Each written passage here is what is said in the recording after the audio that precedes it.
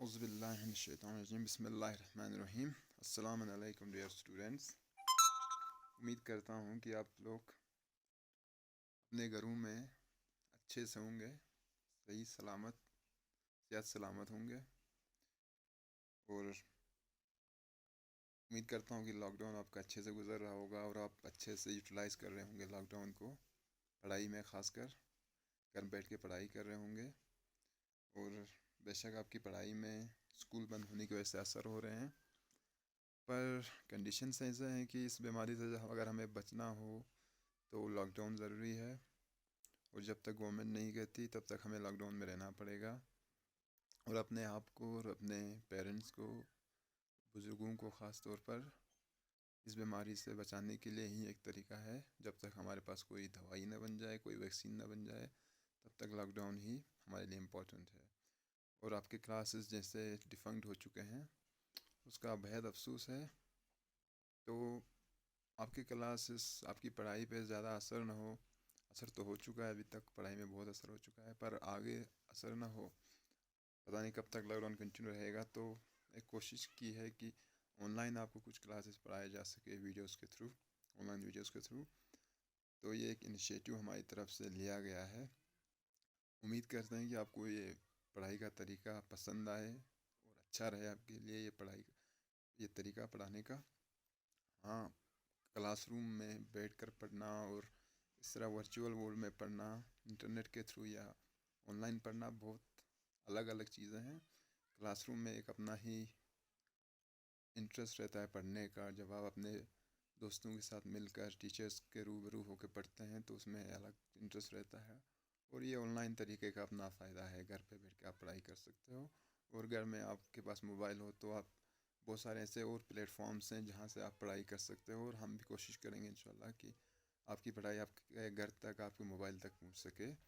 तो इसी सिलसिले में मैं इंग्लिश क्लास का एक चैप्टर आपको पढ़ा रहा हूँ आज, जिसका नाम है नो मैन और फॉरेन। ये एक पोइम है जिसे लिखा है एक राइटर जिनका नाम है, एक पोइट जिनका नाम है जेम्स किरकुप, जो इंग्लैंड के हैं। ये इनका फ़ोटो है जेम्स किरकुप का। बायोग्राफी हम पढ़ेंगे पहले जेम्स किरकुप की, क्योंकि अगर हमें पोइट्री समझना हो, इन्होंने क्या लिखा समझना हो, तो इनकी ज़िंदगी के बारे में जानना ज़रूरी है कि ये कैसे थे, कहाँ पैदा हुए, किस माहौल में रहे, किस दौर में पैदा हुए। तो उन चीज़ों का असर हमेशा उनकी राइटिंग में रहता है। उन्होंने जो लिखा है उनका असर, माहौल का असर उनकी राइटिंग्स में रहता है। तो पहले उनकी बायोग्राफी थोड़ा पढ़ेंगे, उसके बाद हम उनके पोइम के टेक्स्ट को पढ़ेंगे, फिर उसको समझने की कोशिश करेंगे। तो बायोग्राफी में ये है इनकी बायोग्राफी।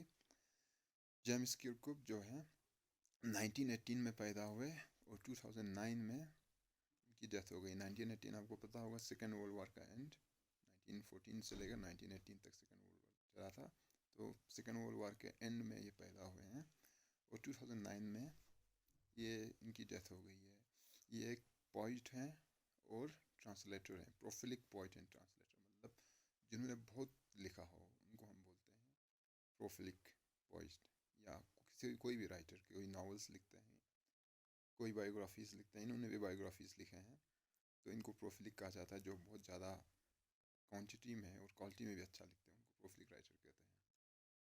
इनके जो काम है, इन्होंने जो लिखा है, उसमें बहुत सारी उन्होंने पोइट्री लिखी, डजन्स ऑफ पोइट्री कलेक्शन, मतलब जिनमें 100, 200 या 50, 60 पोइट्रीज हों, शायरी हो, उनको हम कलेक्शन बोलते हैं। 6 वॉल्यूम्स हैं इनकी ऑटोबायोग्राफी की। ऑटोबायोग्राफी मतलब जिसमें अपनी लाइफ एक्सपीरियंस बताया जाए, अपनी ज़िंदगी की कहानी बताया जाए किसी भी काम के थ्रू, उसको हम बोलते हैं ऑटोबायोग्राफी। ऑटो मतलब खुद, बायोग्राफी मतलब किस्सा, अपना किस्सा हम जहाँ सुनाते हैं, अपनी कहानी, ज़िंदगी के बारे में, अपने एक्सपीरियंस के बारे में, उसको हम बोलते हैं ऑटोबायोग्राफी। तो 6 वॉल्यूम्स ऑटोबायोग्राफी के लिखे हैं और मोनोग्राफ्स लिखे हैं, 100 से ज़ायद मोनोग्राफ्स इन्होंने लिखे हैं और ट्रांसलेशंस भी लिखे हैं बहुत सारे। ये एक स्किल्ड राइटर हैं। इनका जो स्किल है ज़्यादातर देखा जाता है हाइकू और टैंका में है। हाइकू और टैंका जो है एक जापानीज़ फॉर्म ऑफ पोइट्री है, यानी जो जापानीज़ लैंग्वेज में लिखी जाती थी, हाइकू और टैंका फॉर्म ऑफ पोइट्री को जैसे हम देखते हैं उर्दू में गज़ल्स लिखा जाता है, नज़में लिखी जाती हैं, हमद लिखा जाता है, वैसे ही जापानीज़ में दो फॉर्म्स ऑफ पोइट्री जो ज़्यादा मशहूर हैं, हाइकू एंड टेंका, जो एक शॉर्ट फॉर्म है पोइट्री के, जो शॉर्ट लाइन में 4 लाइन्स में लिखी जाती थी। हाइकू को 4 लाइन्स की एक पोइट्री होती थी। अगर आप अरबिक में देखोगे तो रुबैयात नाम की एक पोइट्री है जिसे उमर ख़याम ने बहुत लिखा है। उमर ख़याम की रुबैयात बहुत मशहूर हैं, तो वो भी 4 लाइन्स की हुआ करती हैं रुबैयात। फिर इस हाइकू और टेंका को बाद में इंग्लिश में भी अडॉप्ट किया गया, जो जेम्स कुरकुब ने भी अडॉप्ट किया। जेम्स कुरकुब भी ऐसी ही फॉर्म ऑफ पोइट्री को लिखने लगे इंग्लिश में, 4 लाइन्स की पोइट्री को लिखने लगे इंग्लिश में, पोइम्स को लिखने लगे इंग्लिश में। इंग्लिश में अगर आप देखोगे अलग अलग डिफरेंट फॉर्म्स ऑफ पोइट्रीज होती हैं, जैसे ओड होता है, लिरिकल्स होते हैं, बैलेड्स होते हैं, ठीक है। वैसे ही जापानीज़ जो फॉर्म है पोइट्री की, हाइकू और टेंका, ये बाद में इंग्लिश में अडॉप्ट की गई। 1856 के टाइम में इनको अडॉप्ट किया गया, इंग्लिश में लिखना शुरू किया इस फॉर्म ऑफ पोइट्री को। तो इन्हें ऑनर्स भी मिले अपनी राइटिंग के लिए, उन्होंने जो लिखा, उन्होंने जो काम किया, ठीक है, उसके लिए उन्हें अवार्ड्स भी मिले, जिनमें एक अवार्ड है उनको मिला Atlantic award for literature from Rockefeller foundation इन 1950। 1950 में उन्हें लिटरेचर के लिए एटलांटिक अवार्ड मिला, जो इन्हें दिया रॉकफेलर फाउंडेशन ने। रॉकफेलर फाउंडेशन अमेरिका की संस्था है, रॉकफेलर फाउंडेशन नाम की। उन्होंने उन्हें 1950 में एटलांटिक अवार्ड दिया लिटरेचर के लिए। फिर उन्हें फेलोशिप मिला royal society of literature, England की रॉयल सोसाइटी ऑफ लिटरेचर जो है उनका फेलोशिप मिला 1962 में। PEN या जिसे हम पेन क्लब प्राइज़ मिला उन्हें पोइट्री में 1965 में। और स्कॉट मॉनक्रिफ अवार्ड दिया गया उन्हें ट्रांसलेशन के लिए 1992 में। जो बड़े प्राइजेस हैं, इन्हें हर प्राइज़ मिला अपने लिटरेचर, अपने काम के लिए।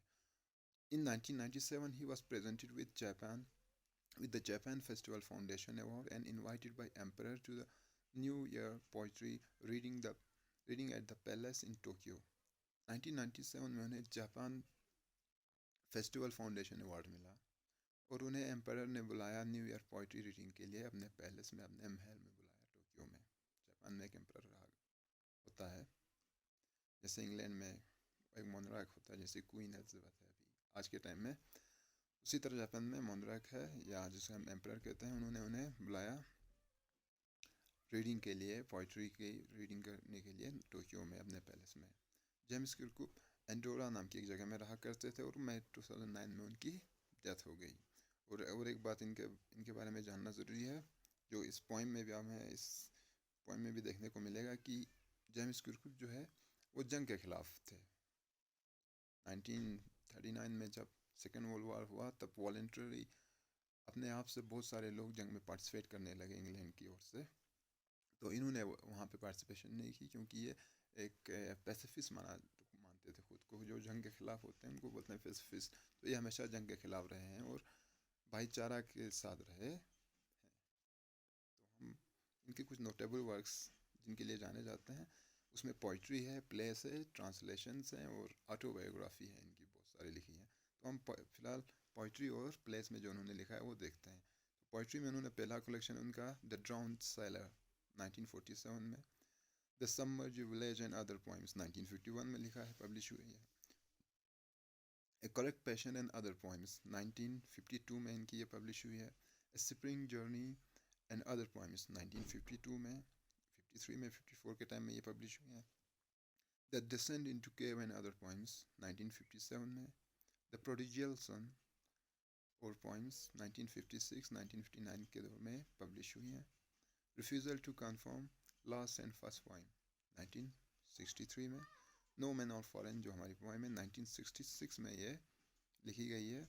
ये कंपोज की गई थी 1966 में, मगर ये इनकी फर्स्ट कलेक्शन है पोइट्री की, नो मैन और फॉरेन। और एक पोइट्री कलेक्शन है इनकी the caused birds in spring time, जो लिखी गई 1967 में। और उनके कुछ प्लेस हैं, the mystery and the nativity जो पहले पब्लिश हुई 1956 में। द प्रिंस ऑफ होमबर्ग ये पब्लिश हुआ पहले 1959 में। द फिजिसिस्ट जो 1963 में पब्लिश हुआ। ये कुछ प्लेस इनके नोटेबल वर्क्स हैं। चलिए हम जाते हैं सीधे text of the poem no man are foreign. तो इनको हम लाइन बाय लाइन पढ़ेंगे और इसको समझने की कोशिश करेंगे। 5 स्टेंजा की पोएम है और इनका जो पहले ही बता दूँ, इस पोइट्री के थ्रू इन्होंने एक मैसेज दिया है। इनका जो थीम है पोइट्री में, या जो मैसेज है, वो है यूनिवर्सल ब्रदरहुड का। लोगों के बीच में भाईचारे का मैसेज दे रहे हैं इस पोइट्री में।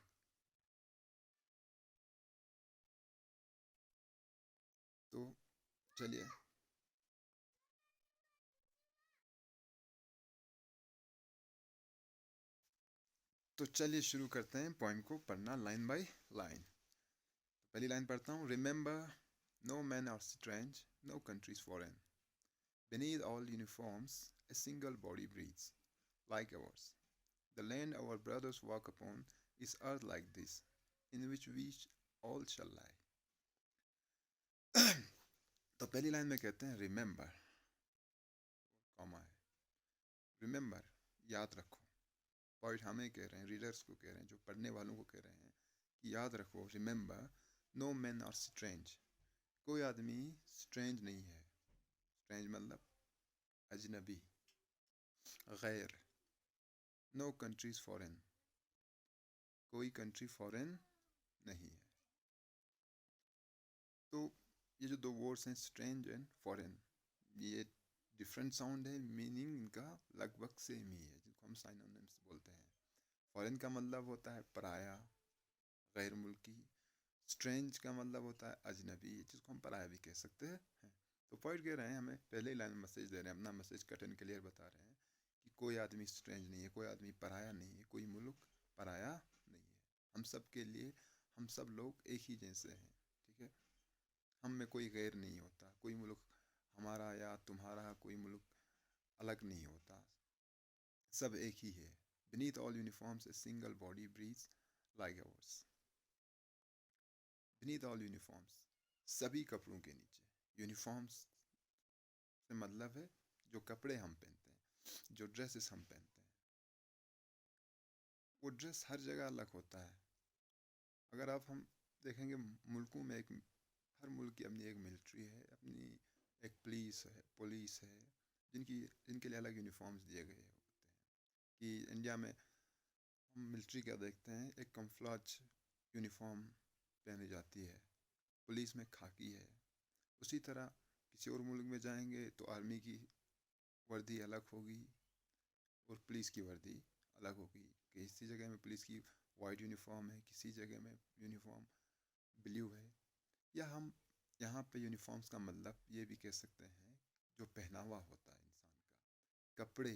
हम हर जगह अलग कपड़े देखते हैं, हम पहनते हैं लोग। इंडिया में कुछ और तरह के कपड़े पहनेंगे, पाकिस्तान में लोग कुछ और तरह के कपड़े पहनेंगे। उसी तरह वेस्टर्न कंट्रीज जैसे इंग्लैंड है, स्कॉटलैंड है, या नीदरलैंड है, इटली है, या आगे जाएंगे अमेरिकास में तो ब्राज़ील है, या नॉर्थ अमेरिका में यूनाइटेड स्टेट्स ऑफ अमेरिका है, कनाडा है।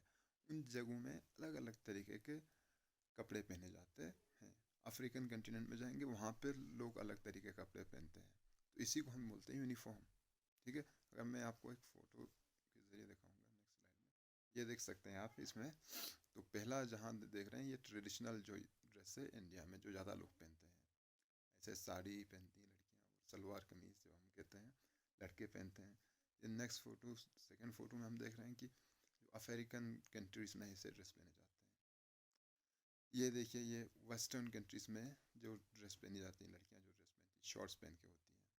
और ये चाइनीज़ ड्रेस है, जो चाइना में या जापान जैसे कंट्रीज़ में पहना जाता है। तो ये अलग अलग पहनावा आपको दिख रहा होगा कि हर जगह एक अलग तरीके का पहनावा है। कोई भी दो मुल्कों का पहनावा सेम नहीं है। यहाँ तक कि हम देखेंगे कि हमारे स्टेट्स में भी जो है पहनावा अलग होता है।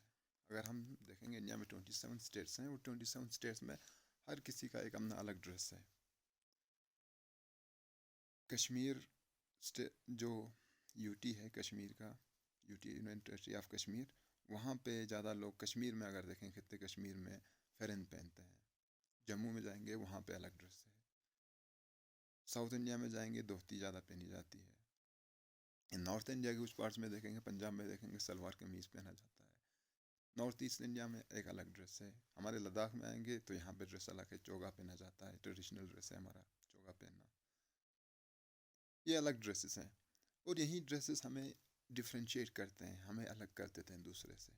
ड्रेस एक तरीका है जिससे हम पहचानते हैं लोगों को कि कौन हम में से है, कौन पराया है, या कौन इस जगह का है, कौन दूसरी जगह का है। जैसे अगर कोई हमारे यहाँ कोई लड़की अगर जीन्स पहन के आ जाए या शॉर्ट्स पहन के निकले तो हम कहेंगे कि ये हम में से नहीं हो सकती, क्योंकि हमारे यहाँ लड़कियाँ ऐसा ड्रेस पहनती नहीं है। अगर कोई यहाँ पे धोती पहन के आ जाए तो हम कहेंगे ये करगिल का नहीं है, क्योंकि करगिल में धोती नहीं पहनते। उसी तरह ऐसे ऐसे छोटी छोटी चीज़ों में हम इंसान एक दूसरे को अपना पराया कर देते हैं। जैसे खाने का तरीका है, हमारे यहाँ कुछ और खाया जाता है। हमारे यहाँ जैसे चावल ज़्यादा खाते हैं, हालांकि चावल यहाँ उगाते नहीं है पर खाते हम ज़्यादा चावल ही है। तो अगर साउथ इंडिया में जाएंगे तो वहाँ पे इडली, डोसा, सांभर ऐसी चीज़ें खाई जाती हैं। नॉर्थ इंडिया का अपना एक सीन है, जैसे लखनऊ साइड से कबाब्स खाए जाते हैं, या east west sorry east side में अगर हम बंगाल में जाएंगे, बंगाल खाड़ी साइड जाएंगे, वहाँ पे फ़िश जो है ज़्यादा खाया जाता है, फ़िश करी ज़्यादा खाया जाता है। तो इस तरह भी हम डिफ्रेंशिएट करते हैं, खाने से भी हम पहचान लेते हैं कि कौन हम में से कौन कौन पराया है या कौन हम में से नहीं है, कौन स्ट्रेंज है, कौन फॉरेन है, ये हम ऐसे भी देख लेते हैं। या अगर हम वर्ल्ड में देखेंगे तो अमेरिका में हम देखेंगे कि एक अलग तरीके का खाना होता है, वेस्टर्न स्टाइल ऑफ जो फूड है वो अलग है। वो जहाँ वहाँ हम देखते हैं कि फ़ास्ट फूड ज़्यादा कंज्यूम करते हैं लोग, जैसे मैकडोनल्ड्स जैसे फ़ास्ट फूड चेन्स वहाँ पे हैं, या पिज़्ज़ा हट जैसे फ़ास्ट फूड चेन से। जैसे पिज़्ज़ा जो है इटालियन डिश है, ठीक है। हैमबर्गर या बर्गर जो हम कहते हैं अमेरिका में ज़्यादा कंज्यूम किया जाता है। अगर हमारे यहाँ कोई हैमबर्गर खाता नहीं है उतना, अमेरिका में हैमबर्गर्स खाए जाते हैं, फ्रेंच फ्राइज़ खाए जाते हैं। और अगर हम अफ्रीका में जाएंगे आएंगे, अफ्रीकन कंटिनेंट में, वहाँ पे एक अपना तरीका है खाने का, एक अपना अलग है खाना। उसी तरह हम उस तरह पहचान लेते हैं कि डिवाइडेड हैं खाने के हिसाब से स्ट्रेंजर्स में, कि कौन हम है, हम में से अस एंड देम जिसे हम कहते हैं, अस एंड देम। उस तरह हम डिवाइडेड हैं खाने के हिसाब से। लैंग्वेज के हिसाब से भी डिवाइडेड हैं। इंडिया में हम 27 स्टेट्स में अलग अलग लैंग्वेजेस हैं। यहाँ पे 1600 से भी ज़्यादा लैंग्वेजेस बोली जाती हैं। जैसे हमारे इलाके में ही देखें, अगर हम लद्दाख में ही देखें तो शीना बोली जाती है, बल्टी बोली जाती है, पुर्गी बोली जाती है, और बौद्धिक लैंग्वेज, ये 4 लैंग्वेजेस बोली जाती हैं।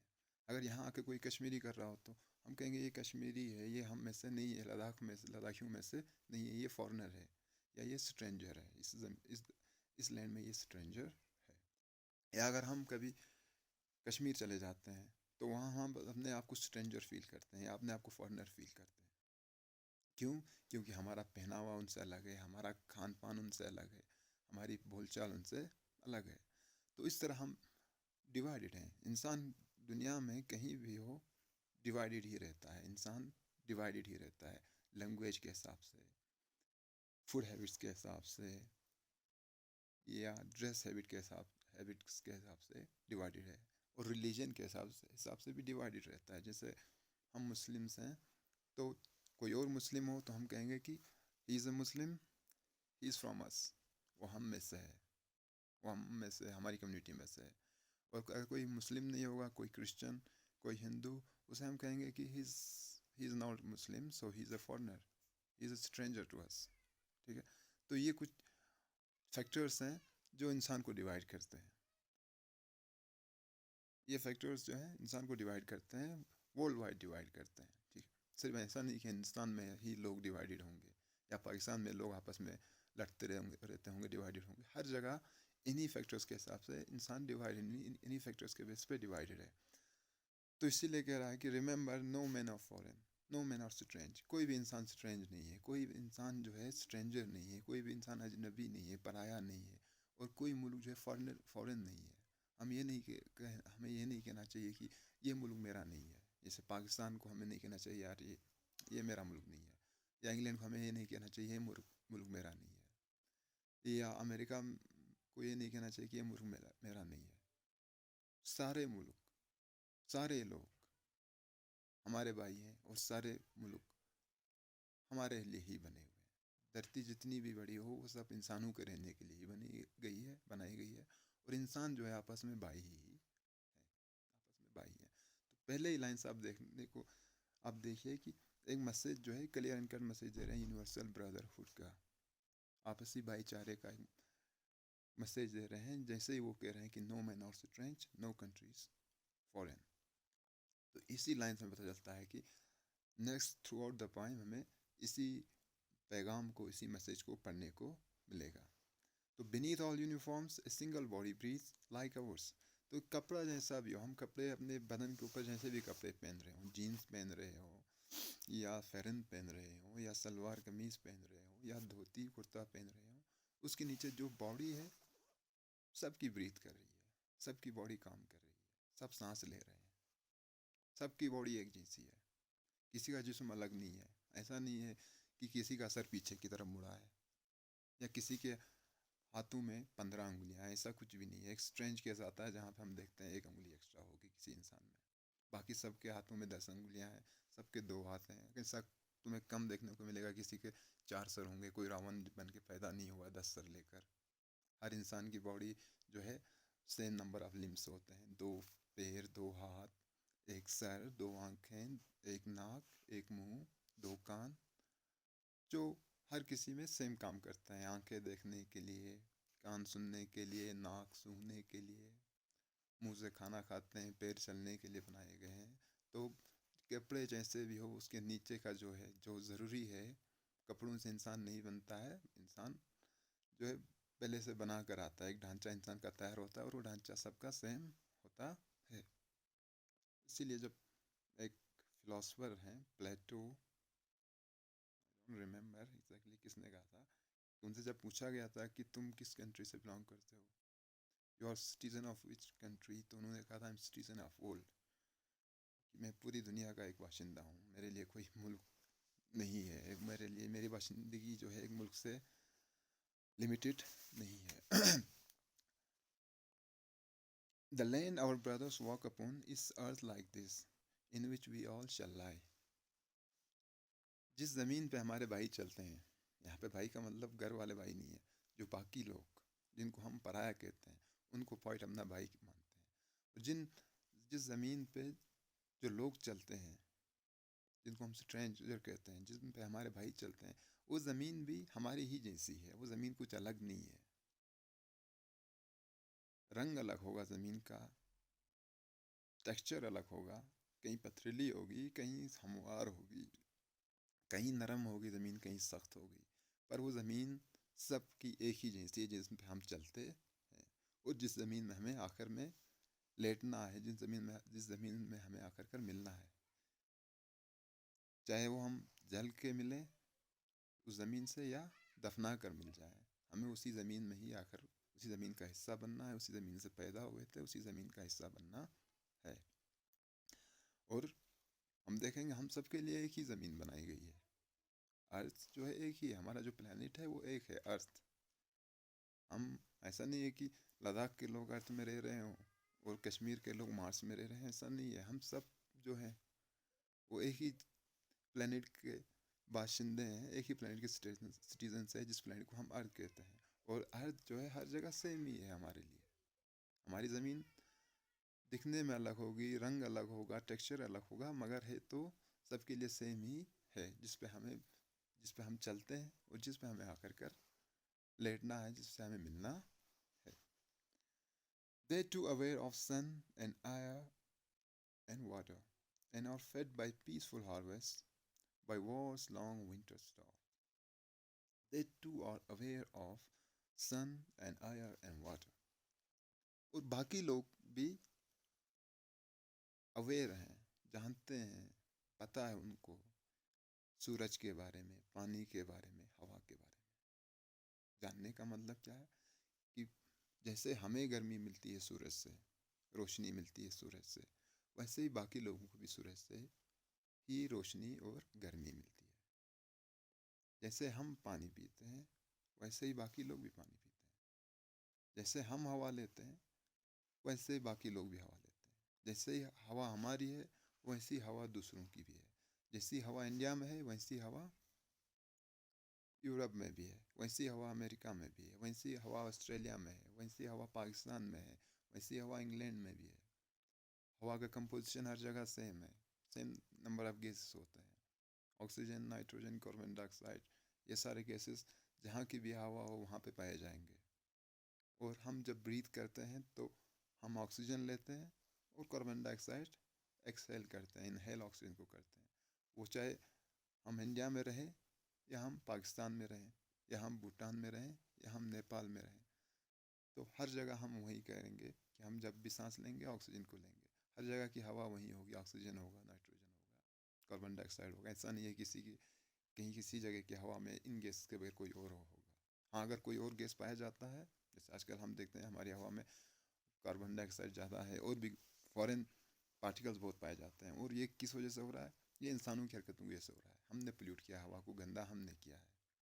ऐसा नहीं कि नेचर ने हमें कोई अलग अलग करके हवा बना के दिया था, नेचर ने सेम क्लीन एयर सबको दिया है, क्लीन वाटर सबको दिया है। सन सेम ही है जो जिससे हम रोशनी लेते हैं, एक ही सन बनाया है नेचर ने। ऐसा नहीं कि अमेरिका के लिए एक अलग सन बनाया हो, इंडिया के लिए अलग बनाया हो, अरब में अलग सन हो और ऑस्ट्रेलिया में एक अलग सन बनाई गई। ऐसा नहीं है, सेम सन हर जगह रोशनी देती है, हर जगह गर्मी देती है। और कहीं पे अगर हम देख रहे हैं हमारी हवा गंदी हो गई, हमारा पानी गंदा हो गया, हमारा पानी का टेस्ट चेंज हो रहा है, कलर चेंज हो रहा है, तो इसका मतलब है पोल्यूट हो रहा है। और पोल्यूशन किसकी वजह से हो रहा है? हमारी वजह से, इंसानों की वजह से। हम अपनी इंडस्ट्रीज़, अपनी फैक्ट्रीज़, अपने लाइफस्टाइल की वजह से इन चीज़ों को ख़राब कर रहे हैं। जैसे हम देख रहे हैं हमारे मुल्क में दिल्ली, मुंबई जैसे शहर सबसे ज़्यादा प्रदूषित शहर हैं, सबसे ज़्यादा पोल्यूटेड शहर हैं दुनिया के। और ये किसकी वजह से हो रहा है? इसमें नेचर का कोई हाथ नहीं है, इसमें इंसानों का हाथ है। बाकी जहाँ पे भी हम रहें, जो भी मुल्क हो, जो भी दुनिया का जो भी हिस्सा हो, वहीं सन है, वहीं हवा है, वहीं पानी है। Are fed by peaceful harvest, by war's long winter stopped। और हर लोगों को तरक्की करने के लिए, मेहनत करने के लिए, कमाने के लिए, ज़िंदगी गुजर बसर करने के लिए किसी की ज़रूरत होती है? शांति की, अमन की। जब तक दुनिया में अमन है तब तक हम मेहनत कर सकते हैं, तब तक हम कमा सकते हैं, तब तक हम तरक्की कर सकते हैं। और जब जंग होगी तो क्या होगा? नुकसान होगा। हम मेहनत नहीं कर पाएंगे, हम कमा नहीं सकते, हम तरक्की नहीं कर सकते। जंग एक विंटर के जैसा है, सर्दियों का मौसम के जैसा है जंग हमारे लिए। जैसे जंग सर्दियों के मौसम में हमारी ज़िंदगी रुक सी जाती है, थम सी जाती है। जैसे हम अक्सर देखते हैं हमारे यहाँ तो लगभग 4 महीने तक इस साल विंटर रहा, नवंबर से शुरू हुआ और अब जाके मार्च के महीने में ख़त्म हो गया हमारा विंटर। तो इस 4 महीने में हमने क्या किया? हम घरों पे रहे, हमारी नॉर्मल एक्टिविटी जो थी वो कम हो गई, हमारी खेती बाड़ी ख़त्म हो गई और हमारी ज़िंदगी एक लिमिट सी हो गई। वैसे ही वॉर्स हैं, जंगें हैं, जंगों में भी हमारी ज़िंदगी लिमिट सी हो जाती है। हम वैसे काम नहीं कर सकते जैसे हम अमन के टाइम में करते हैं, जैसे हम पीस के टाइम में करते हैं, वैसे तरक्की नहीं कर पाते। तो विंटर एक किस्म जंग जो है एक किस्म का विंटर होता है जिसमें हम स्टार्व करते हैं। स्टार्व करने का मतलब है हम भूखे रह जाते हैं, हमारी भूख ख़त्म होती नहीं है। भूख किसकी? तरक्की की, कमाने की, अच्छी ज़िंदगी जीने की। अच्छी ज़िंदगी जीना है, तरक्की करना है, आगे बढ़ना है, तो शांति की ज़रूरत है। और शांति ऐसा नहीं कि हमारे मुल्क में ही शांति हो और बाकी जगहों में जंग चले तो हमारा फ़ायदा होगा, हमें कुछ असर नहीं होगा। We are interconnected. पूरी दुनिया आज के दौर में हर इंसान जो है पैदाइशी एक दूसरे से इंटरकनेक्टेड होता है। जंग कहीं भी हो, नुकसान सबका होगा। अमेरिका में जंग छिड़े इसका मतलब नहीं है कि हम सेफ रहेंगे, हम पे कुछ नहीं होगा असर। अमेरिका की इकनॉमी गिर जाए, दुनिया की इकनॉमी गिर जाएगी। अरब की इकनॉमी गिर जाए, दुनिया की इकनॉमी गिर जाएगी। एशिया में इकनॉमी गिर जाए जंग की वजह से, दुनिया की इकनॉमी पे असर होगा। इसीलिए जंग कहीं भी हो रहा हो, नुकसान सभी इंसानों का होगा। कोलेट्रल डैमेज होता है जंगों में। अगर हम सोचते हैं, जैसे हम कहते हैं कि चलो अपना घर बच जाए, बाकी घरों में आग लगे, हमें क्या परवाह? ऐसा नहीं है मेरे भाई। आग कहीं भी लगे, आखिर हमारे घर भी उसके साथ में आ ही जाते हैं। तो इंसान की तरक्की के लिए, इंसान कि कमाने के लिए, इंसान के आगे बढ़ने के लिए क्या ज़रूरत है? शांति, अमन, वर्ल्ड पीस, दुनिया में शांति हो, तभी जाके हम कमा सकते हैं। और जब तक ये शांति ना होगी, अगर जंग होगी तो war is just like winter, जहाँ पे हम रुक से जाएंगे, जहाँ पे हमारी ज़िंदगी थम सी जाए। Their hands are ours, and in their lines we read a labor not different from our own. Their hands are ours. उनके हाथ जो हैं हमारे हाथ जैसे हैं। हाथों से हम मतलब है मेहनत का। उनकी मेहनत, किसी और इंसान की मेहनत और हमारी मेहनत में कोई फ़र्क नहीं है। दुनिया में कहीं भी कोई इंसान रह रहा हो, उनकी मेहनत, जैसे हम लद्दाख में रह रहे हैं, कोई लोग कश्मीर में रहते हैं, बाकी स्टेट्स में रहते हैं, मेहनत हम हर कोई करता है, तरीका अलग है मेहनत करने का। हम यहाँ पे खेती बाड़ी करते हैं, या हम यहाँ पे नौकरी गवर्नमेंट जॉब्स करते हैं, बाहर लोग प्राइवेट जॉब्स करते हैं, या पंजाब में खेती बाड़ी करते हैं, पर मेहनत हर कोई कर रहा है। और मेहनत का फ़ायदा सबको होता है। एक इंसान की मेहनत का फ़ायदा सबको होता है। जैसे आप में से कोई मेहनत करके डॉक्टर बन जाएगा या इंजीनियर बन जाएगा, तो क्या होगा? आपका भी फ़ायदा होगा, और आपके इर्द गिर्द जो भी लोग हैं उनका भी फ़ायदा। आप डॉक्टर बनोगे तो आपके जो खत्ते में आप 4 पेशेंट्स को देख सकते हो, जो बीमार हैं 4, उनको देख सकते हो। आप इंजीनियर बनोगे, आप तो अपने खत्ते में कुछ अच्छा बना सकते हो, या कुछ नया इन्वेंट कर सकते हो। तो कहीं भी इन्वेंशन, कहीं भी कोई मेहनत करे और कुछ इन्वेंट करे, जैसे हम देख रहे हैं कि इंटरनेट हम इस्तेमाल कर रहे हैं, आपकी पढ़ाई इंटरनेट से हो रही है। आपको पता है इंटरनेट अमेरिका में बना था, और फ़ायदा हम सबको मिल रहा है। या और कोई भी ले लो, जैसे गाड़ियाँ हैं, व्हीकल्स, जिन कारों में हम सफ़र करते हैं आज, वो कहीं और बनी और फ़ायदा हम सबको हुआ। Electricity, James Thomas Alva Edison ने इलेक्ट्रिसिटी को डिस्कवर किया, और आज उस इलेक्ट्रिसिटी का फ़ायदा दुनिया का हर मुल्क ले रहा है।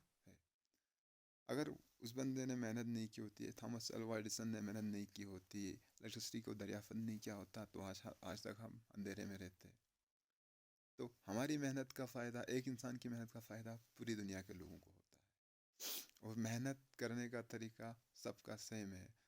हाँ, मेहनत कमाने का तरीका अलग हो सकता है, पर मेहनत हर कोई करता है। इंसानी ज़िंदगी गुजर बसर करने के लिए हर कोई मेहनत करता है। And in their lines we read a labour not different from ours. और उनकी जो हाथों की लकीरों में हम देखेंगे तो लेबर जो है, उनका काम जो है, हम जैसा ही होगा, हम जैसी मेहनत वो भी कर रहे होंगे।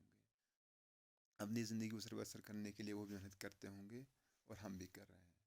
हम भी सुबह के 10 बजे से शाम के 5 बजे तक काम करते हैं, ताकि ज़िंदगी में कुछ कमा कर अपने बच्चों को, अपनी फैमिली को पाल सकें। पाकिस्तान में रह रहा कोई बंदा भी यही काम कर रहा होगा, 10 बजे से 5 बजे तक काम कर रहा होगा, चाहे वो टीचर हो, चाहे वो मज़दूर हो, चाहे वो खेतों में काम करने वाला हो। हर कोई मेहनत कर रहा है, और हर किसी की मेहनत का नतीजा सबको मिलता है, फ़ायदा सबको मिलता है मेहनत का। Remember, they have eyes like ours that wake or sleep, and strength that can be won by love. Remember, फिर से यहाँ पे remember वर्ड को रिपीट कर रहे हैं। इस टेक्निक को रिपीटिशन कहते हैं, जहाँ पे हम कोई वर्ड या कोई लाइन या कोई नंबर ऑफ लाइंस को रिपीट करते हैं, उसको हम रिपीटिशन कहते हैं। और रिपीट क्यों करते हैं लोग वर्ड्स को, या राइटर्स वर्ड्स और लाइंस को? ताकि इम्पोर्टेंस दे, जिस चीज़ को इन्हें इम्पोर्टेंस देना हो, वो अक्सर उस चीज़ को रिपीट करते हैं, उस वर्ड को या उस लाइन को रिपीट करते रहते हैं। तो यहाँ पहले स्ट्रेंजा की पहली लाइन हमने देखी थी, शुरू हो रही थी रिमेंबर, और यहाँ फिर से हम देख रहे हैं कि रिमेंबर वो रिपीट हो रहा है, और कह रहे हैं remember they have eyes like ours that wake और स्लीप। याद रखो, बाकी लोगों के पास भी वैसी ही आंखें हैं, और वो उन आंखों का काम एक ही है। जैसे हमारी आंखों का काम है, वैसे ही उनकी आंखों का भी काम है। हमारी आंखों का काम क्या है? जागना और सोना। हमारी आंखों का काम क्या है? देखना चीज़ों को। जब आंखें खुलती हैं तो हम चीज़ों को देखते हैं, हम पढ़ते हैं, हम टीवी देखते हैं खुली आंखों से। और जब हम सोते हैं तो हमारी आंखें बंद होती हैं। और यही आंखें बाकी सबकी भी काम करती, बाकी सबकी आंखें भी यही काम करती हैं। अमेरिका में भी लोग जब आंखें खोलते हैं तभी चीज़ों को देखते हैं, जब आंखें बंद करते हैं तब वो सो जाते हैं। चाइना में भी लोग यही करते हैं। ऐसा नहीं कि चाइनीज़ जो लोग हैं उनकी आंखों का कुछ और काम है, अमेरिका के लोगों की आंखों का कुछ और काम है। हमारी आंखों का साइज़ अलग हो सकता है, रंग अलग हो सकता है। किसी की आंखें ब्लू रंग की होती हैं, किसी की आंखें ब्लैक रंग की होती हैं, किसी की आंखें छोटी होती हैं, किसी की आंखें बड़ी होती हैं। पर आंखों का जो पर्पज़ है, जिसके लिए आंखें बनाई गई हैं, वो तो सेम ही है। आंखों से हम देखते हैं, आंख बंद करके हम सोते हैं। ये हर जगह यही काम आंखें हर जगह कर रही हैं। चाइना के लोगों में भी जो आंखें हैं वो भी यही काम कर रही है, इंडिया के लोगों की जो आंखें हैं वो भी यही काम कर रही है, पाकिस्तान के लोगों की आंखें वो भी यही काम कर रही हैं। रिमेंबर और sorry and strength that can be one by love. और हर किसी में एक ताकत है, कोई इंसान कमज़ोर नहीं है। हम सोचेंगे ये कमज़ोर, इसे हम मार के दबा सकते हैं, इसकी आवाज़ को मार के हम ना इसको अपने साइड कर सकते हैं। गुंडागर्दी करके, गुंडई करके हम सोचेंगे कि किसी का सपोर्ट जीतना हो तो हम सोचेंगे हम गुंडागर्दी करेंगे, हम पीटेंगे, मारेंगे और उससे अपने साइड कर लेंगे। ऐसा कुछ भी नहीं है मेरे भाई। अगर किसी को जीतना हो, किसी के दिल पे राज करना हो, तो हमें क्या करना है? प्यार करना उससे। हमारे यहाँ पे हिंदुस्तान में एक रूलर थे जिनका नाम था अशोका, जिन्होंने एक बादशाह बनने के बाद एक जंग की। कलिंगा कलिंगा नाम की एक जगह थी उड़ीसा में, आज मालूम उड़ीसा में कहीं पे है कलिंग। वहाँ पे एक जंग की, खून खराबा हुआ बहुत सारा। उसके बाद उन्हें अफसोस हुआ अपनी हरकतों पे, और उसके बाद उन्होंने जंग करना छोड़ दिया और अमन और शांति और प्यार मोहब्बत का रास्ता अपनाया, और उसने पूरे इंडिया पे राज किया अमन और मोहब्बत के ज़रिए। और वो आज तक अपने पैगाम के लिए जाने जाते हैं। आज भी दुनिया के बड़े एम्परर्स में उनका नाम आता है। उस दुनिया के इकलौते एम्परर में आते हैं जिन्होंने जंग को छोड़कर प्यार मोहब्बत के रास्ते से दुनिया पे लोगों के दिलों पे राज किया। लोगों के दिलों को जीतना है तो एक ही तरीका है, मोहब्बत से जीता जा सकता है। नफ़रत से हम लोगों को पराया कर देते हैं। अगर हम नफ़रत करेंगे तो हमारे जो खूनी रिश्ते हैं, हमारे जो अपने भाई हैं, वो भी पराये बन जाते हैं। अगर हम मोहब्बत करेंगे तो जो पराये हैं, जिनको हम पराया कहते हैं, हालांकि कोई पराया नहीं होता, चलो हम मान के चलते हैं कि हम पाकिस्तान के लोगों को पराया मानते हैं, तो जब हम पाकिस्तान के लोगों से मोहब्बत से पेश आएंगे, प्यार से पेश आएंगे, अमन के साथ पेश आएंगे, वो भी हमारे भाई में बन जाएंगे, वो भी हमारे खिदमतगारों में हो जाएंगे, वो उनके दिलों में भी हम राज करेंगे। ये नफ़रत इंसान की फितरत नहीं है, ये नफ़रत इंसान को सिखाई जा गई है। इंसान की फितरत है मोहब्बत की। इंसान का दिल पिघलता है मोहब्बत से, चाहे वो कितना भी पत्थर दिल हो, चाहे किसी का दिल कितना भी सख्त हो। जब हम उससे मोहब्बत करेंगे तब जाके उसका दिल पिघलेगा, तब जाके वो हमें सपोर्ट करेगा। तो आगे पढ़ते हैं। In every land is common life that all can recognise and understand. हर जगह पर, अर्थ का कोई भी हिस्सा हो, कोई भी मुल्क हो, उसमें लाइफ जो है कॉमन है। सब लोग जी रहे हैं, सब लोग जिंदा रहने के लिए, ज़िंदगी जीने के लिए काम कर रहे हैं। जीने का तरीका अलग हो सकता है, लाइफ का तरीका अलग हो सकता है। शहरों में एक अलग तरीका है ज़िंदगी जीने का, गाँव में एक अलग तरीका है। शहरों की ज़िंदगी बड़ी तेज़ है और गाँव की ज़िंदगी बड़ी स्लो है। शहरों में लोग फैक्ट्रियों में काम करते हैं, इंडस्ट्रीज़ में करते हैं, प्राइवेट कंपनीज़ में, मल्टीनेशनल कंपनीज़ में काम करते हैं। गाँव में लोग खेती बाड़ी में खेती बाड़ी से मेहनत अपनी ज़िंदगी गुजर बसर करते हैं। अमेरिका में लाइफ कुछ अलग है, जीने का तरीका। यूरोप में जीने का तरीका अलग है। इंडिया में ज़िंदगी जीने का तरीका अलग है, मगर ज़िंदगी हर जगह है, एक सेम पैटर्न की ज़िंदगी है। हर जगह इंसान मेहनत करता है अपने आप को सपोर्ट करने के लिए, अपनी फैमिली को सपोर्ट करने के लिए, एक अच्छी ज़िंदगी जीने के लिए। ये अमेरिका में भी लोग इसीलिए ज़िंदा हैं तो मेहनत कर रहे हैं। मेहनत क्यों कर रहे हैं? ताकि अपने लिए एक अच्छी ज़िंदगी जी सकें, अपने बच्चों के लिए, अपनी फैमिलीज़ के लिए एक अच्छी ज़िंदगी दे सकें, इसीलिए लोग मेहनत कर रहे हैं। इंडिया में भी इंसान की ज़िंदगी इन्हीं स्ट्रगल्स में कायम है। अगर कॉमन नहीं होती तो हम यहाँ से शिफ्ट होकर अमेरिका में जाके नहीं रह पाते। आज हम देखते हैं बहुत सारे Indians, thousand millions of Indians जो हैं अमेरिका में जाके रह रहे हैं, या अरब में जाके रह रहे हैं, या बांग्लादेश में जाके रहते हैं, या किसी भी कोने में ऑस्ट्रेलिया में जाके रहते हैं। क्यों रहते हैं? क्योंकि ज़िंदगी हर जगह सेम ही है, हर जगह लोग मेहनत करते हैं। मेहनत क्यों करते हैं? अपने लिए एक अच्छी ज़िंदगी, अपने लिए बेहतर ज़िंदगी देने के लिए। अगर ऐसा नहीं होता, अमेरिका में कोई और तरीका होता ज़िंदगी जीने का, या कोई और पैटर्न होता लाइफ का। लोग मेहनत नहीं करते, लोग घरों में पड़े रहते हैं। तो कोई इंडियन वहाँ जाता तो कहता है बाप रे बाप, यहाँ तो लोग अजीब हैं, यहाँ तो मैं रह ही नहीं सकता, मैं तो वापस चला जाऊँगा। और हफ्ते भर में वापस आ जाता है इंडिया में। पर ऐसा नहीं है। अच्छा, हम देख रहे हैं कि बहुत सारे इंडियंस अमेरिकन कंपनीज के सीईओ बने हुए हैं। सुंदर पिचाई गूगल के सीईओ हैं। गूगल जो डिजिटल नेटवर्किंग जाइंट है उसका सीईओ है सुंदर पिचाई। माइक्रोसॉफ्ट का सीईओ नडेला सत्यम नडेला सॉरी, वो माइक्रोसॉफ्ट के सीईओ है, वो भी इंडियन है। और बहुत सारे फॉरेनर्स जो हैं इंडिया में आके रह रहे हैं, इंडिया में आके पढ़ाई कर रहे हैं, इंडिया में आके कमा रहे हैं। क्यों? क्योंकि ज़िंदगी सबकी एक ही है, जिसे हम पहचान सकते हैं, जिसे हम रिलेट कर सकते हैं। चाहे जो भी मुल्क हो, जो भी कंटिनेंट हो, हर जगह ज़िंदगी सेम ही है। Let's remember, whenever we are told to hate our brothers, it's ourselves that we shall dispossess, betray, condemn. Let's remember. चलो याद रखते हैं। राइटर कह रहे हैं चलो याद करते हैं, चलो याद रखते हैं। Whenever we are told to hate our brothers, जब भी हमें कहा जाए कि हमारे भाइयों से नफरत करो। भाइयों से मतलब यहाँ पे घर वाले भाई नहीं है, या रिश्तेदार वाले भाई नहीं है। भाइयों से मतलब बाकी लोग, जिसे हम अपना नहीं कहते। आजकल हम ऐसे हैं कि हम अपने खूनी रिश्तों के बगैर दूसरों को अपना नहीं मानते। छोड़ो बाकी मुल्कों के लोगों को, छोड़ो, अपने गांव में हमारे लिए भाई वही हैं जो हमारे घरों में रहते हैं। हमारे घर से बाहर जो है वो कोई और है, किसी और ख़ानदान का है, या कोई बल्टी है, कोई ब्रोकपा है, कोई लेपा है, कोई करगिलपा है, कोई कश्मीरी है। हम ऐसे डिवाइडेड हैं लोग। इंसान, मैंने पहले ही कहा था, इंसान हर जगह डिवाइडेड ही है। तो जब भी हमें कहा जाता है किसी और से नफरत करो, यानी जैसे हमें हमारे इंडिया में आज के दौर में एक लहर, एक करंट ही दौर पड़ी है कि अगर आप इंडियन हो तो यू शुड हेट पाकिस्तानी,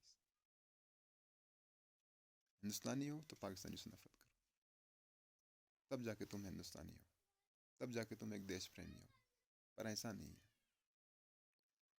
मेरा हिंदुस्तानी होने का मतलब ये नहीं है कि मैं पाकिस्तानियों से नफरत करूँ, या मेरा अमेरिकन होने का ये मतलब नहीं है कि मैं चाइनीज़ लोगों से नफरत करूँ, या मेरा चाइनीज़ होने का मतलब नहीं है कि मैं अफ्रीकन से नफरत करूँ।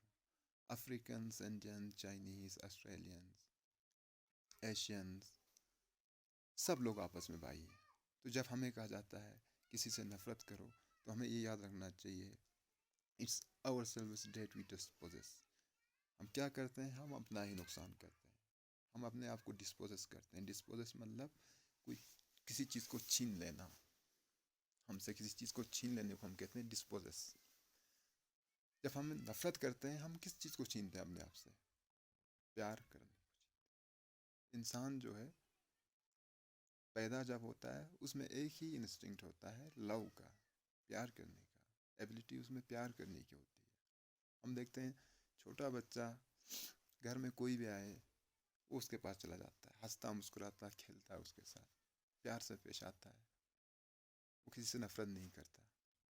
फिर जब वो बड़ा होता है तो ये हम सिखाते हैं उसे नफरत करना। हम बताते हैं कि ये जो घर में जो लोग हैं वो तुम्हारे भाई हैं, और घर से जो बाहर के लोग हैं वो तुम्हारे भाई नहीं हैं, उनके साथ तुम्हें ज़्यादा रहना नहीं है, या तुम्हें इस आदमी के साथ बैठना है, इसके साथ तुम्हें बैठना नहीं है। हम बताते हैं कि ये आदमी गंदा है, ये आदमी अच्छा है। उससे हम क्या करते हैं? उस बच्चे में जो प्यार करने की एबिलिटी होती है उसको कम करते हैं। नफ़रत हम सिखाते हैं मेरे भाई, नफ़रत से हम पैदा नहीं होते। और जब हम लोगों को नफ़रत करना सिखाते हैं तो हम उनसे क्या छीनते हैं?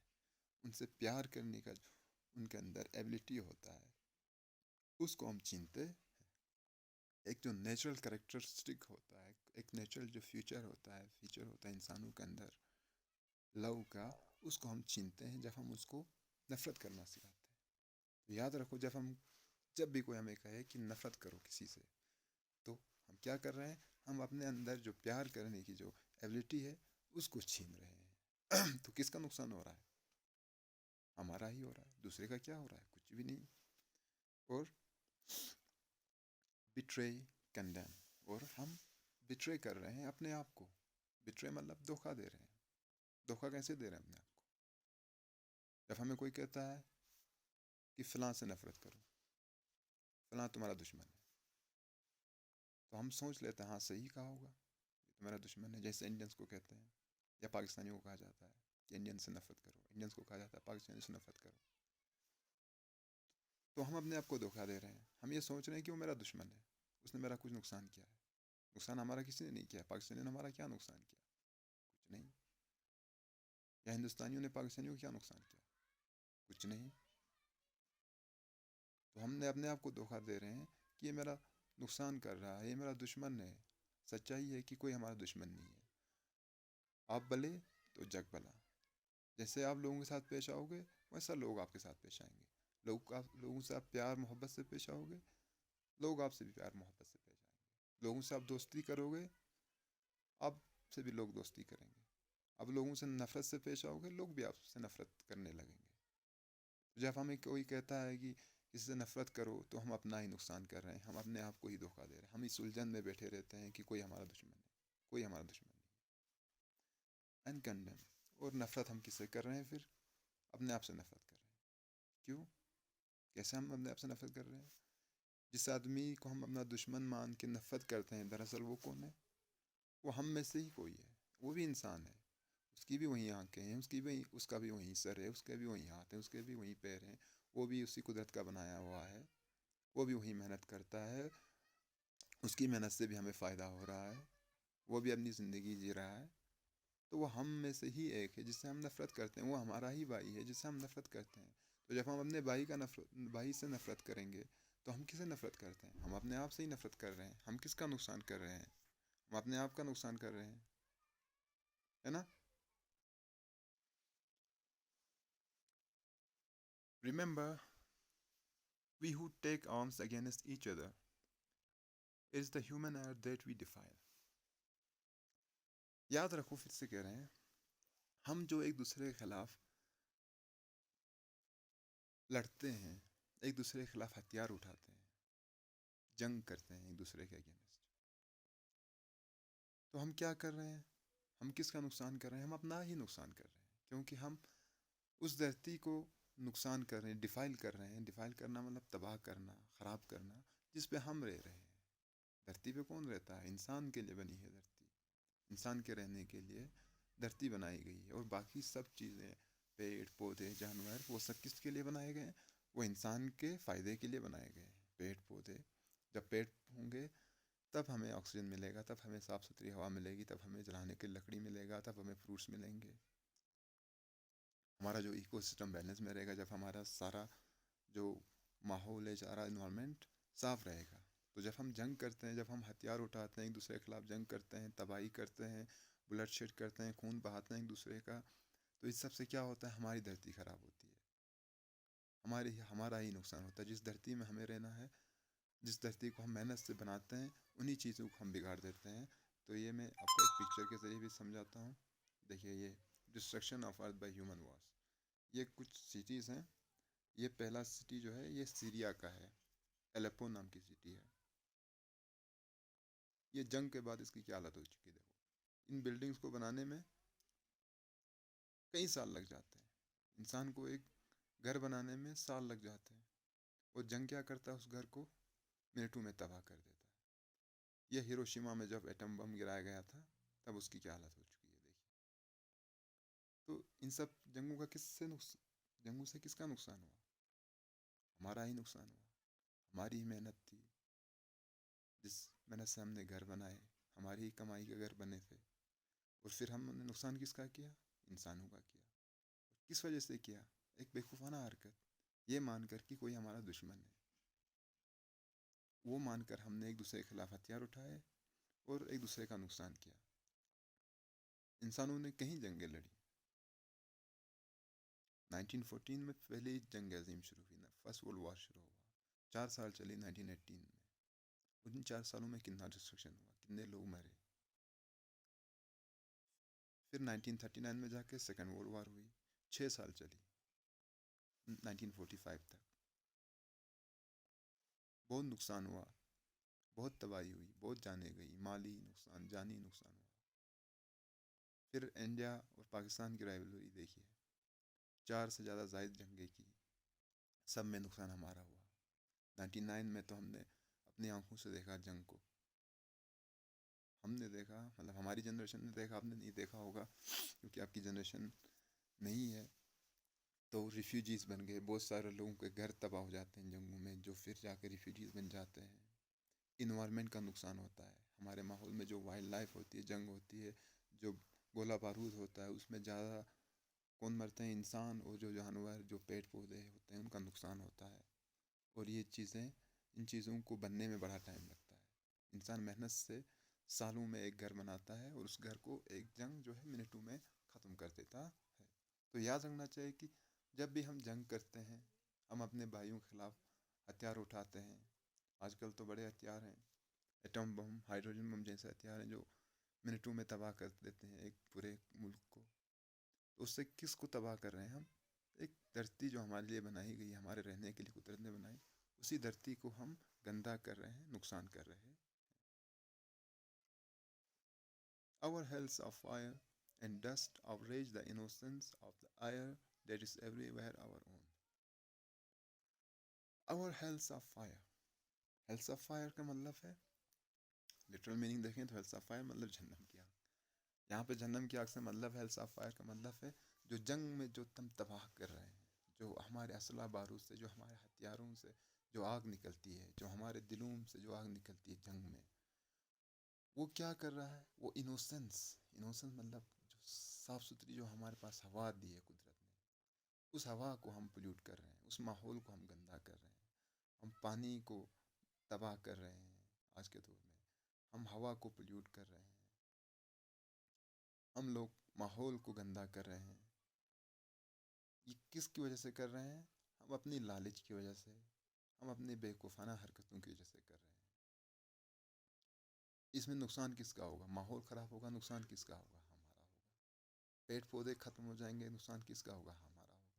हवा जो सबसे ज़्यादा ज़रूरी है हमारे लिए, हवा, पानी और ग़िज़ा, ये चीज़ें कुदरत ने हमें फ्री में दी है। हवा हम जो लेते हैं, हवा जिसके बगैर हम 30 सेकंड से ज़्यादा नहीं रह सकते। अगर किसी ने ज़्यादा प्रैक्टिस किया हो तो वो 1 मिनट 2 मिनट तक रह सकता है ज़िंदा हवा के बगैर।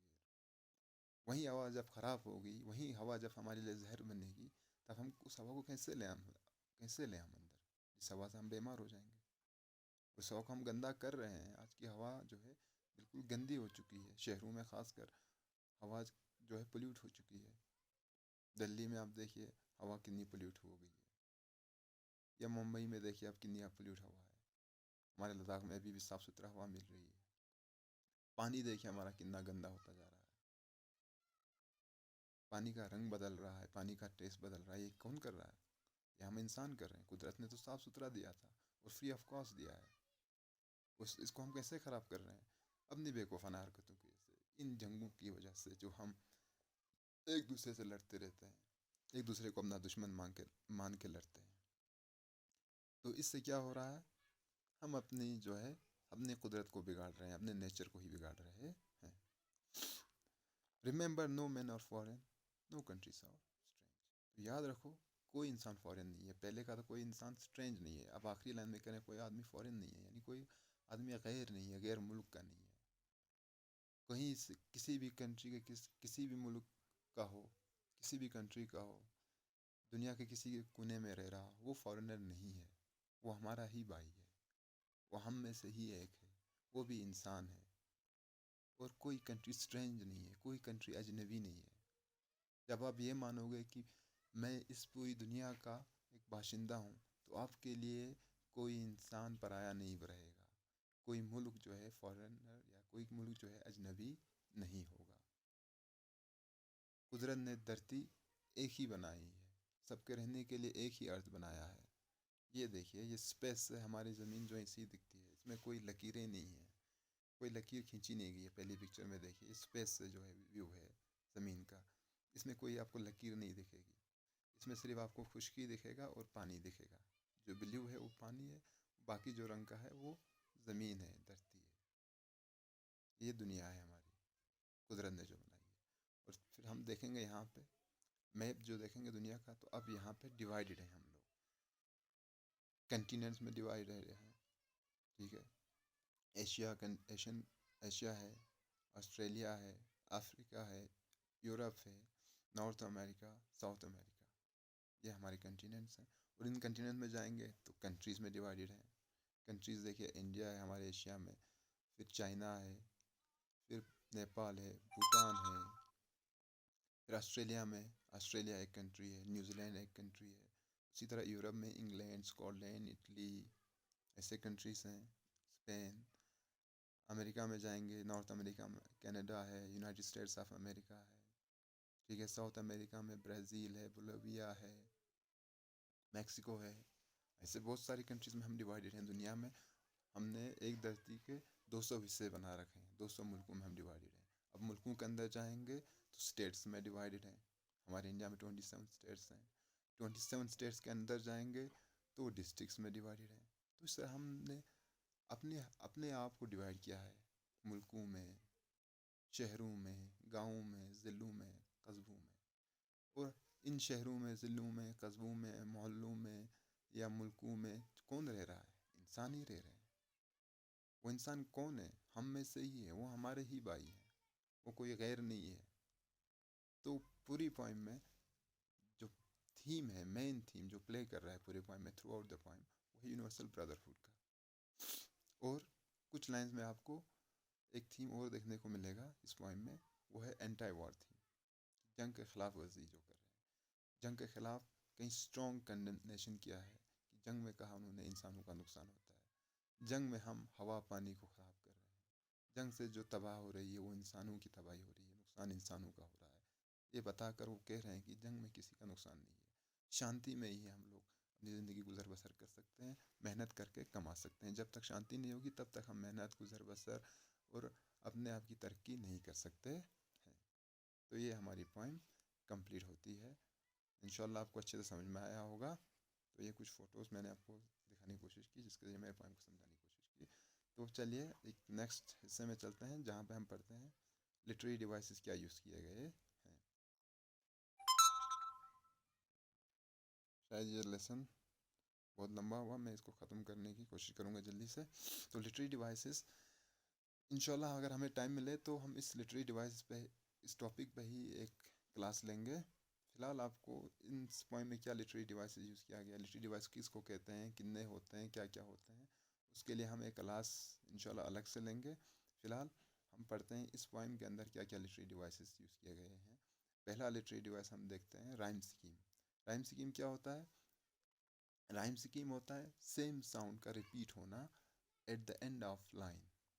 किसी भी पोइम में लाइन के एंड में अगर सेम साउंड रिपीट हो रहे हों तो उसको हम राइम स्कीम कहते हैं। अगर लाइन के अंदर ही कोई साउंड रिपीट हो रहा हो बार बार, उसको हम इंटरनल राइम बोलते हैं। उसमें हमें जो देखना नहीं, हमें राइम स्कीम क्या इन जनरल वो देख रहे हैं। तो इस पोइम में जैसे हम देख रहे हैं, पहली लाइन का जो आखिरी वर्ड है वो है फॉरेन, दूसरी लाइन का आखिरी वर्ड ब्रीथ्स, तीसरी लाइन का आखिरी वर्ड अपॉन, चौथी लाइन का आखिरी वर्ड लाई। अब हम देखते हैं क्या इनके साउंड मिल रहे हैं कि नहीं। फॉरेन और ब्रीथ्स साउंड अलग है, फॉरेन, ब्रीथ्स अलग साउंड, ब्रीथ्स अपॉन अलग साउंड, अपॉन लाई अलग साउंड। तो इसमें से कोई भी साउंड आपस में मिल नहीं रहा है, इसका मतलब है इसके अंदर कोई राइम स्कीम है ही नहीं। तो इस ऐसे पॉइंट्स को ऐसी फॉर्म ऑफ पोइट्री जिसमें कोई राइम स्कीम ना हो उसको हम बोलते हैं फ्री वर्स। तो ये पूरी पोइम जो है वो फ्री वर्स में लिखी गई, यानी इसमें कोई राइम स्कीम है ही नहीं है। दूसरा लिटरेरी डिवाइस इसमें यूज़ किया गया है एलिट्रेशन। एलिट्रेशन का मतलब है repetition of consonant sound, consonant sounds का रिपीट होना, जो क्लोजली प्लेस्ड वर्ड्स हैं, जो साथ में जो वर्ड्स हैं उनमें कॉन्सोनेंट साउंड्स का रिपीट होना। याद रखिए कॉन्सोनेंट साउंड का रिपीट होना है, कॉन्सोनेंट अल्फ़ाबेट या कॉन्सोनेंट लेटर का रिपीट होना नहीं है। जैसे यहाँ पे पहले स्टेंजा में रिपीट हो रहा है। पहले स्टेंजा की दूसरी लाइन में देखिए, बॉडी ब्रीथ्स, आखिरी जो दो वर्ड्स हैं बॉडी और ब्रीथ्स, ये साथ में है ये दोनों वर्ड्स बॉडी और ब्रीथ्स। इनका जो कॉन्सोनेंट वर्ड है बाह, बॉडी बाह ब्रीथ्स, ये रिपीट हो रहा है, बाह साउंड रिपीट हो रहा है, तो इसको हम कहेंगे अलिटरेशन। और फिर स्टेंजा 2 में वॉर्स विंटर, इसमें वाह साउंड रिपीट हो रहा है वॉर और विंटर में, तो ये अलिटरेशन हो गया। मेटाफर किसको कहते हैं? जब हम कंपैरिजन कर रहे हों, जब हम कंपैरिजन को क्या कहते हैं हिंदी में, सॉरी मुझे पता नहीं है हिंदी में क्या कहते हैं, कंपैरिजन कर रहे हो दो डिफरेंट चीज़ों का, दो अलग अलग चीज़ों को हम कंपेयर कर रहे हो, ऐसे कंपेयर कर रहे हो कि एक चीज़ को दूसरी चीज़ की आइडेंटिटी या पहचान बना रहे हो, डायरेक्ट कंपैरिजन करके आइडेंटिटी पहचान बना रहे हो, उसको हम बोलते हैं मेटाफर। जैसे मैं एक एग्जांपल देता हूँ कि मैं कहूँगा कि मैं कहूँगा आदिल शेर है, या मनोज लोमड़ी है। मनोज लोमड़ी है, इसमें मैं क्या कह रहा हूँ कि मनोज लोमड़ी ऐसा नहीं है कि मनोज लोमड़ी की शक्ल का है, ऐसा कुछ भी नहीं है, मनोज इंसान है। मनोज लोमड़ी है क्यों कह रहा हूँ कि क्योंकि मनोज चालाक है। लोमड़ी क्या होती है? चालाक।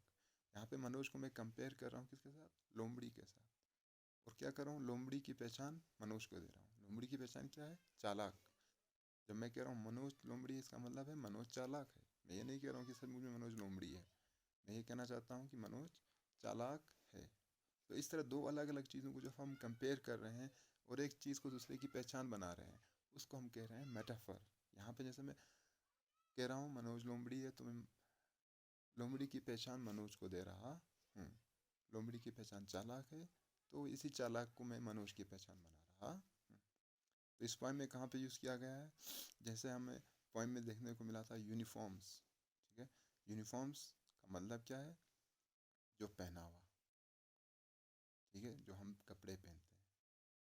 या दूसरे में वार को कंपेयर किया है विंटर के साथ। विंटर और वार में क्या है? विंटर की पहचान क्या है? विंटर में ज़िंदगी रुक जाती है, मेहनत रुक जाती है। उसी तरह वार में भी ज़िंदगी और मेहनत इंसान की रुक जाती है। और तीसरा है रिपीटिशन। रिपीटिशन मैंने पहले पॉइंट में भी कहा था कि कोई वर्ड, सेट ऑफ वर्ड्स, दो तीन वर्ड्स या लाइंस या बहुत सारी लाइंस अगर विद इन पॉइंट रिपीट हो रही हों, दो तीन चार बार आ रहे हों, रिपीट हो रहे हों, उसको हम कहते हैं रिपीटिशन। और रिपीटिशन का इस्तेमाल क्यों करते हैं? रिपीटिशन का इस्तेमाल इसलिए करते हैं ताकि एक चीज़ के ऊपर जोर देने के लिए, किसी चीज़ को हमें दिखाना हो, उसकी इम्पोर्टेंस को दिखाना हो, तो हम उस चीज़ को, उस वर्ड को या उस लाइन को हम रिपीट करते हैं। तो जैसे इस लाइन में रिमेंबर वर्ड रिपीट हो रहा है, दो तीन जगहों पे रिमेंबर वर्ड रिपीट हो रहा है, तो ये फर्स्ट इंस्टेंस है, फर्स्ट एग्जांपल है रिपीटिशन का। और दूसरा एक लाइन है रिमेंबर नो मैन और स्ट्रेंज नो कंट्री फॉरेन, ये पहले था शुरुआत में पोइम के, आप अपनी किताब खोल के देख सकते हैं कि पहली लाइन जो पोइम की है वो है remember no man are foreign, no man और स्ट्रेंज नो कंट्रीज फॉरेन, और आखिरी लाइन भी क्या है? Remember no man are foreign no country strange. तो ये लाइन रिपीट हो रही है with little bit of change, little bit of alteration के साथ ये लाइन रिपीट हो रही है। तो ये दो एग्जांपल्स हैं रिपीटेशन के इस पॉइंट के अंदर। तो तीसरा लिटरेरी डिवाइस इंजम्पमेंट है, जो आपको पढ़ना नहीं है, जो आपके सिलेबस में नहीं है। तो इसके साथ हमारा ये लेसन ख़त्म हुआ। इंशाल्लाह उम्मीद करता हूँ कि आपको ये समझ आया होगा और आपको पसंद आया होगा। Thank you.